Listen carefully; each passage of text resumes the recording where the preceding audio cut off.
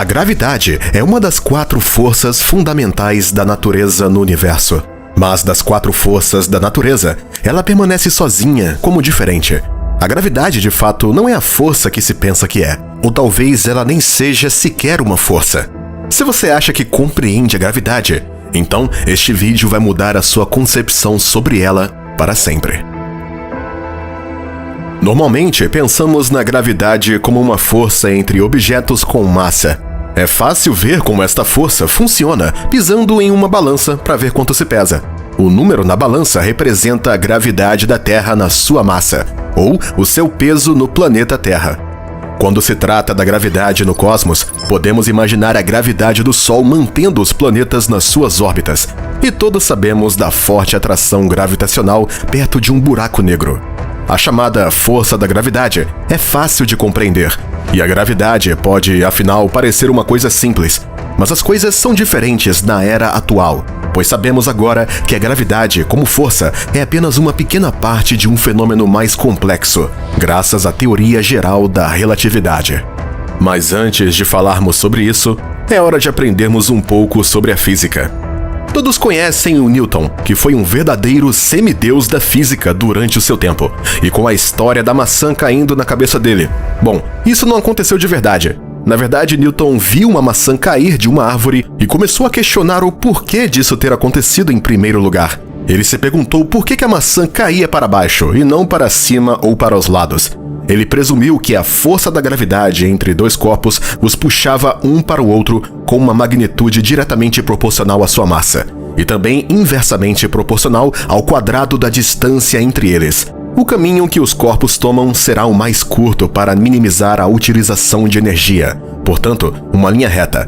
Em resumo, Newton acreditava que uma maçã cai porque uma força gravitacional a acelera em direção ao solo.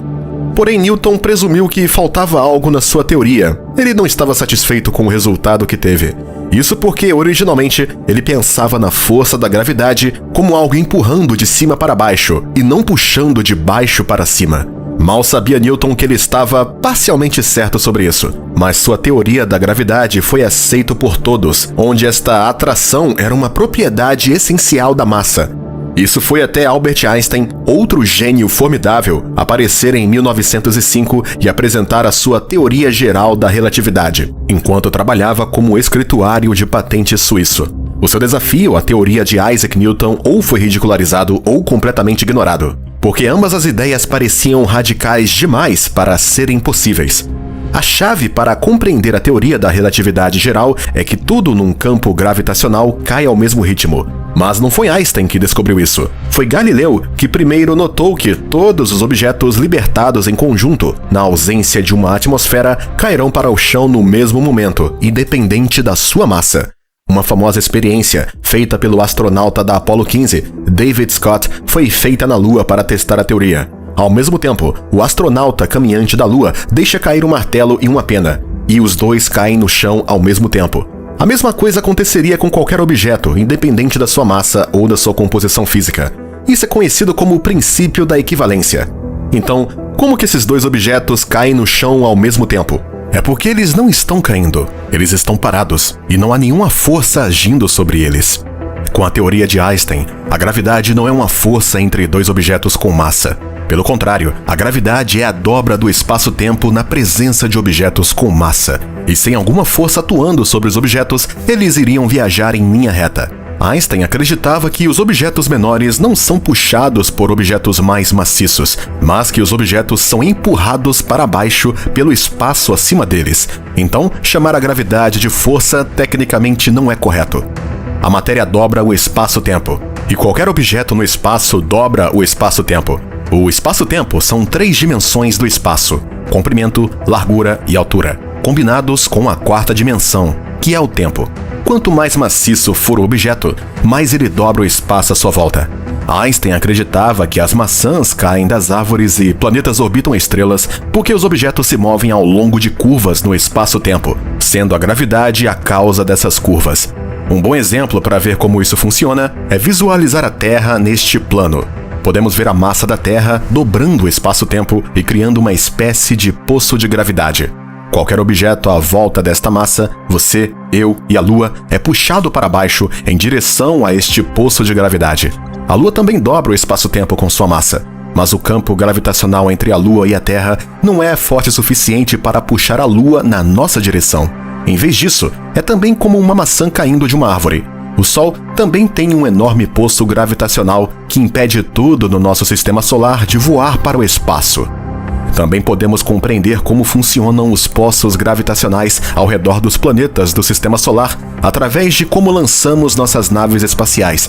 Para que as naves se movam em direções diferentes da sua trajetória e aumente sua velocidade, engenheiros usam o espaço-tempo deformado, ou a gravidade em torno de outros planetas, para impulsionar naves e sondas para a direção que queremos. Quanto mais próximo a nave ou a sonda estiver de um objeto maciço, mais significante é a dobra do espaço-tempo e a aceleração. Mas o que é esse campo gravitacional? Ele não é uma força? Um campo gravitacional é, na verdade, o campo de força que existe no espaço em torno de cada objeto com massa. O campo gravitacional da Lua é menor que o da Terra por ser menos maciço. A Terra tem um campo gravitacional muito mais forte sobre a Lua por conta da sua massa. Porém, a Lua não vai ser puxada diretamente para a Terra e colidir com ela, porque a força entre as duas não é forte o suficiente. Mas no espaço, um campo gravitacional existe em quase todo lado.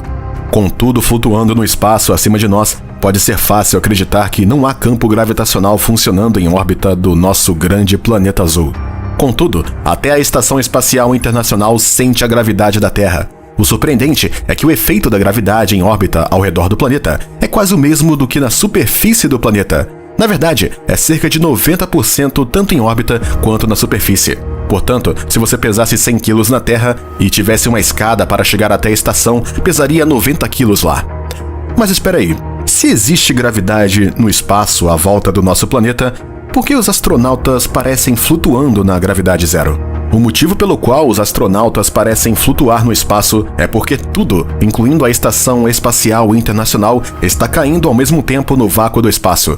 Esta condição em que parece que as pessoas e objetos não têm peso é chamada de microgravidade. Se tudo cai da mesma maneira, independente da massa, então um astronauta flutuando longe de qualquer fonte gravitacional e um astronauta em queda livre no campo gravitacional de um corpo maciço teriam a mesma experiência.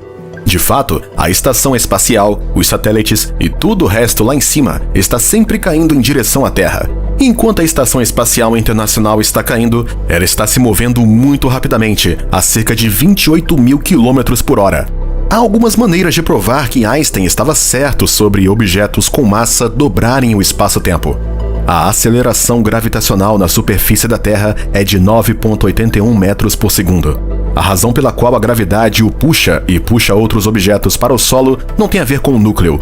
Todos os objetos com massa dobram o espaço-tempo, mesmo que, dependendo do tamanho, seja imperceptível. E essa curvatura do espaço-tempo é a gravidade. Portanto, se você fizesse uma viagem ao centro do planeta, não haveria gravidade. Você estaria afastado da curvatura do espaço-tempo e você estaria flutuando no núcleo do planeta sem peso.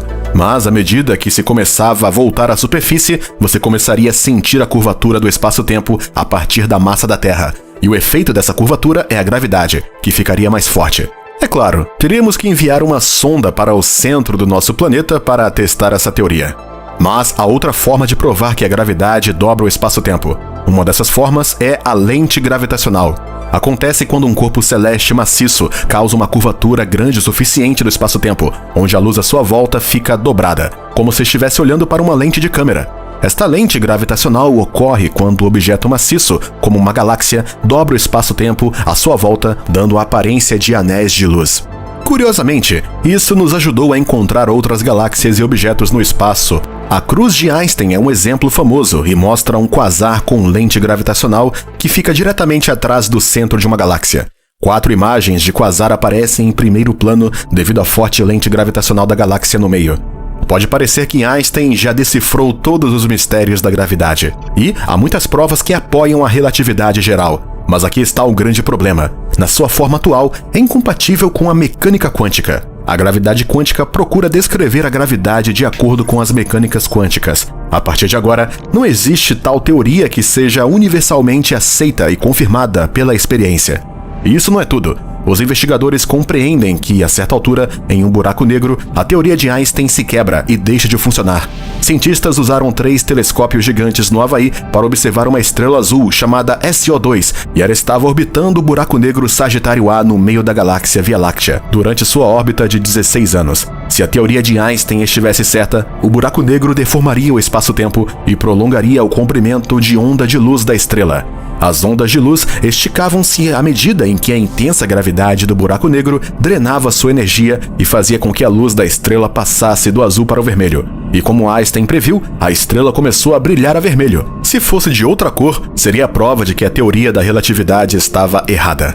Neste momento, cientistas procuram uma curvatura do espaço-tempo tão extrema que a teoria da relatividade geral falha. Eles acreditam que nos próximos 10 anos, a teoria da relatividade geral será empurrada para seus limites, e outro gênio vai nos mostrar onde Einstein estava errado.